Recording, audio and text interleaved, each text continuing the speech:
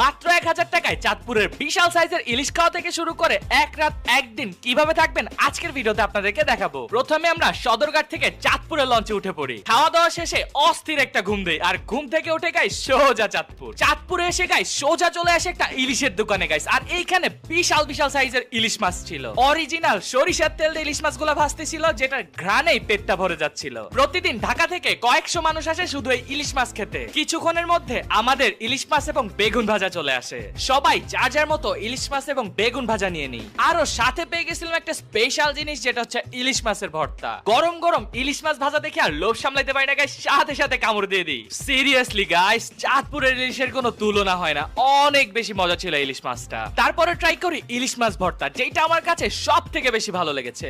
Overall তাদের খাবার quality guys মাত্র 1000 টাকায় চাঁদপুরের বিশাল সাইজের ইলিশ খাওয়া থেকে শুরু করে এক রাত একদিন কিভাবে থাকবেন আজকের ভিডিওতে আপনাদেরকে দেখাবো। প্রথমে আমরা সদরঘাট থেকে চাঁদপুরের লঞ্চে উঠে পড়ি। খাওয়া দাওয়া শেষে অস্থির একটা ঘুম দেই, আর ঘুম থেকে উঠে গাইস সোজা চাঁদপুরে এসে গাইস সোজা চলে আসে একটা ইলিশের দোকানে গাইস। আর এইখানে বিশাল বিশাল সাইজের ইলিশ মাছ ছিল, অরিজিনাল সরিষার তেল দিয়ে ইলিশ মাছগুলো ভাজতেছিল, যেটার ঘ্রাণেই পেটটা ভরে যাচ্ছিল। প্রতিদিন ঢাকা থেকে কয়েকশো মানুষ আসে শুধু এই ইলিশ মাছ খেতে। কিছুক্ষণের মধ্যে আমাদের ইলিশ মাছ এবং বেগুন ভাজা চলে আসে। সবাই যার যার মতো ইলিশ মাছ এবং বেগুন ভাজা নিয়ে নিই। আরো সাথে পেয়ে গেছিলাম একটা স্পেশাল জিনিস, যেটা হচ্ছে ইলিশ মাছের ভর্তা। গরম গরম ইলিশ মাছ ভাজা দেখে আর লোভ সামলাইতে পারি না গাইস, সাথে সাথে কামড় দিয়ে দিই। সিরিয়াসলি গাইস, চাঁদপুরের ইলিশের কোনো তুলনা হয় না, অনেক বেশি মজা ছিল ইলিশ মাছটা। তারপরে ট্রাই করি ইলিশ মাছ ভর্তা, যেটা আমার কাছে সব থেকে বেশি ভালো লেগেছে।